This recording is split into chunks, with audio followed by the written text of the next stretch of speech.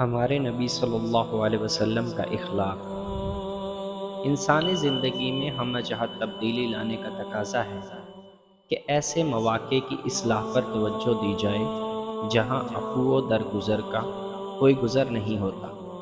یہ موقع میدان جنگ کا ہے جس میں انسان درندوں کی سطح پر اتر آتے ہیں۔ رسول اللہ صلی اللہ علیہ وسلم کی بعثت کے وقت جنگ ایک ایسی ہولناک مصیبت تھی جس میں گیہوں کے ساتھ خون بھی پس جاتا تھا۔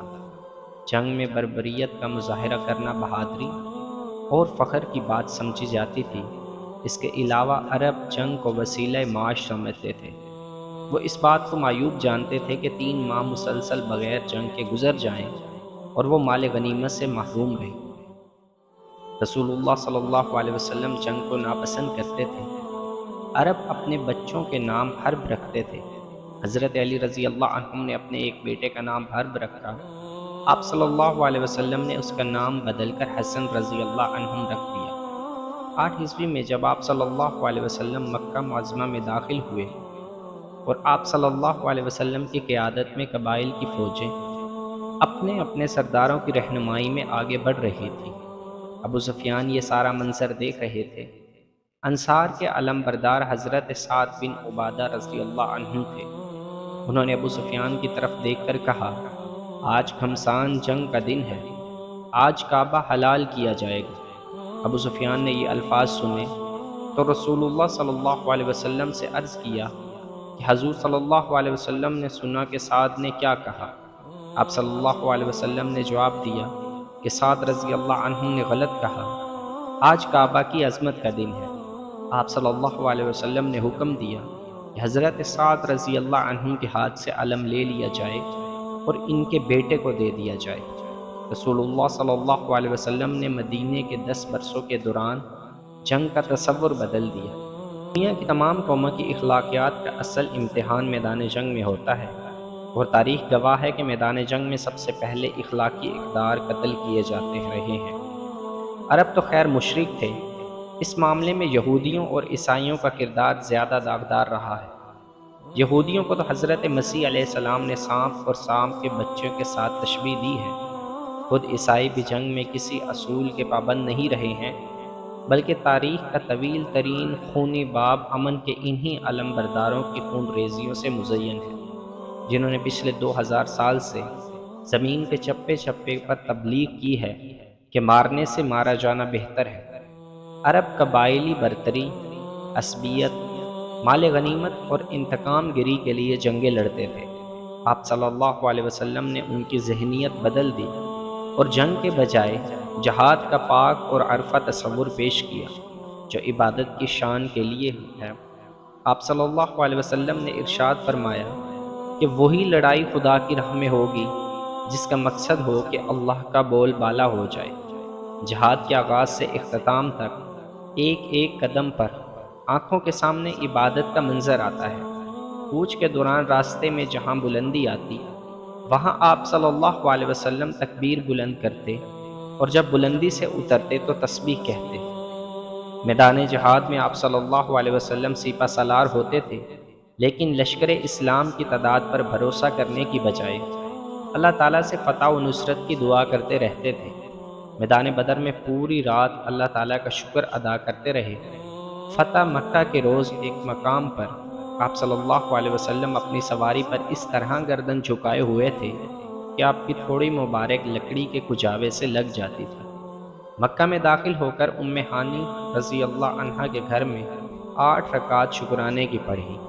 بدر میں جو لوگ قیدی بنا کر مدینہ لائے گئے، ان میں قریش کے شعلہ بیاں مقرر سہیل بن عمر بھی تھے، جو آپ صلی اللہ علیہ وسلم کے خلاف تقریروں میں آگ اگلتے تھے۔ حضرت عمر رضی اللہ عنہ نے عرض کیا، یا رسول اللہ صلی اللہ علیہ وسلم، ان کے 2 نیچے کے دانت اکھڑوا دیں تاکہ پھر تقریر نہ کر سکیں۔ آپ صلی اللہ علیہ وسلم نے فرمایا، اگر میں اس کے طرح کروں گا تو اگرچہ میں نبی ہوں مگر خدا میرے عذاب ہی بگاڑ دے گا۔ جنگ احد میں ابو دجانہ کے ہاتھ میں رسول اللہ صلی اللہ علیہ وسلم کی تلوار تھی۔ لڑائی کے دوران ایک عورت سامنے آ گئی۔ ابو دجانہ نے ہاتھ روک لیا کہ عورت کے خون سے رسول اللہ صلی اللہ علیہ وسلم کی تلوار رنگین نہ ہو۔ ایک مغربی مورخ نے لکھا ہے کہ یورپ والوں نے مفتوح قوموں کے ساتھ بہترین سلوک اور میدان جنگ میں دشمن کی لاشوں کے احترام کا سبق اسلام ہی سے سیکھا ہے، لیکن پچھلے 300 سال کی مغربی تاریخ کو دیکھیے تو معلوم ہوگا کہ وہ اس سبق کو کب کا بھول چکے ہیں۔ 1857 میں دہلی میں انگریز افسر میجر ہڈسن نے مغل شہزادوں کو جان بخشی کے وعدے پر ہتھیار ڈالنے کو کہا۔ جب شہزادے میجر کے پاس آئے تو اس نے انہیں کپڑے اتارنے کا حکم دیا اور دیوان عام کے سامنے ان کے سینوں میں 3 گولیاں ماری۔ میجر نے اس درندگی پر بس نہیں کی، بلکہ اس نے شہزادوں کا خون پیا اور کہکے لگائے۔ لاشیں ایک دن اور ایک رات کے لیے کوتوالی کے دروازے پر لٹکائی گئی۔ گرفتار بوڑھے بادشاہ بہادر شاہ ظفر کے سامنے خوان لایا گیا تو اس میں شہزادوں کے سر تھے۔ مسیح اخلاق کی تبلیغ کرنے والی قوم کا ایک اور سیاہ کارنامہ 4 ستمبر 1898 کو دیکھنے میں آیا، جب انگریز افسر کچھ خرطوم میں داخل ہوا۔ اس وقت مہدی سوڈانی کی وفات کو 13 برس ہو گئے تھے۔ کچھ نے خرطوم میں فاتحانہ طور پر داخل ہوتے ہی مہدی سوڈانی کی قبر کھدوائی اور اس کی نعش قبر سے نکال کر ان کی ہڈیاں برسر بازار نظر آتش کی، جس سے خوش ہو کر برطانوی پارلیمنٹ نے اسے لارڈ کا خطاب عطا کیا اور 30,000 پاؤنڈ نقدی انعام میں دی۔ آکسفورڈ یونیورسٹی نے اپنے اس مایہ ناز سپوت کو اس شرمناک حرکت کے صلے میں BCL کی ڈگری عطا کی۔ جلیانوالہ باغ کے قاتل بریگیڈیئر ڈائر کو 13 اپریل 1919 کو 69 لوگوں پر گولیاں برسانے کے بعد جب عوام کے غصے کو ٹھنڈا کرنے کے لیے پوری پینشن اور تمام حقوق و مراد کے ساتھ فوج سے رخصت کیا گیا تو ملک بھر کے انگریز افسروں نے اس کا دل رکھنے کو 26,000 پاؤنڈ کی بھاری رقم پیش کی۔ مسیحی تاریخ اس قسم کے واقعات سے بھری ہوئی ہے۔ اس کے مقابلے میں 1300 سال پہلے کے اس نظام اخلاق کو دیکھیے۔ حضرت خالد رضی اللہ عنہم نے غلطی سے شک کی بنا پر ایک جگہ تلوار چلا دی جس سے کچھ لوگ مارے گئے۔ رسول اللہ صلی اللہ علیہ وسلم نے سنا تو کھڑے ہو گئے اور قبلہ رو ہو کر 3 مرتبہ کہا، اے اللہ، خالد نے جو کچھ کیا میں اس سے بری ہوں۔ اس کے بعد آپ صلی اللہ علیہ وسلم نے حضرت علی رضی اللہ عنہ کو بھیجا، جنہوں نے ہر ایک مقتول حتیٰ کہ کتوں تک کا خون بہا ادا کیا۔ 2 ہجری میں بدر کی جنگ ہوئی تو مشرکین کے قیدی مدینہ لائے گئے۔ رسول اللہ صلی اللہ علیہ وسلم نے انہیں صحابہ رضی اللہ عنہم نے تقسیم کیا۔ صحابہ انہیں اپنے اپنے گھروں میں لے گئے۔ آپ صلی اللہ علیہ وسلم نے تاکید فرمائی کہ قیدیوں کے ساتھ بہترین سلوک کرو۔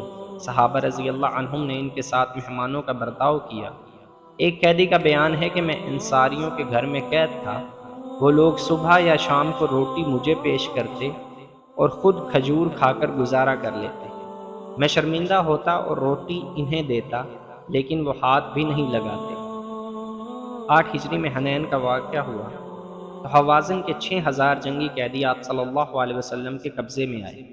رحمت عالم صلی اللہ علیہ وسلم نے ان سب کو رہا کر دیا اور ہر قیدی کو ایک قطبی چادر کا جوڑا عنایت فرمایا۔ بعض قبائل سے قیدیوں کو آزاد کروا کر انہیں ہر قیدی کے بدلے 6 اونٹ اپنے پاس سے دیے۔ 9 ہجری قبیلہ تائی کے جنگی قیدی مدینہ لائے گئے۔ ان میں مشہور سخی حاتم تائی کی بیٹی صفانہ بھی شامل تھی۔ مکی دور میں ایک مرتبہ آپ صلی اللہ علیہ وسلم نے خانہ کعبہ کے کلید بردار عثمان بن طلحہ سے کنجی مانگی تھی تاکہ کعبہ میں داخل ہوں۔ اس نے انکار کر دیا۔ آپ صلی اللہ علیہ وسلم نے فرمایا، ایک دن یہ کنجی میرے ہاتھ میں ہوگی۔ فتح مکہ کے دن آپ صلی اللہ علیہ وسلم نے عثمان سے کنجی طلب کی۔ کنجی لے کر کعبہ کا دروازہ کھولا اور اندر داخل ہوئے۔ کعبہ سے باہر نکلے تو کنجی آپ صلی اللہ علیہ وسلم کے ہاتھ میں تھی۔ حضرت عباس رضی اللہ عنہ اور حضرت علی رضی اللہ عنہم نے درخواست کی کہ کنجی بنی ہاشم کو عطا کی جائے۔ آپ صلی اللہ علیہ وسلم نے عثمان بن طلحہ کو بلایا اور کنجی عطا فرمائی۔ ارشاد فرمایا کہ جو شخص تم سے کنجی چھینے گا وہ ظالم ہوگا۔ اس موقع پر آپ صلی اللہ علیہ وسلم کے یہ الفاظ، آج نیکی اور وفا کا دن ہے، کتنے شیریں ہیں۔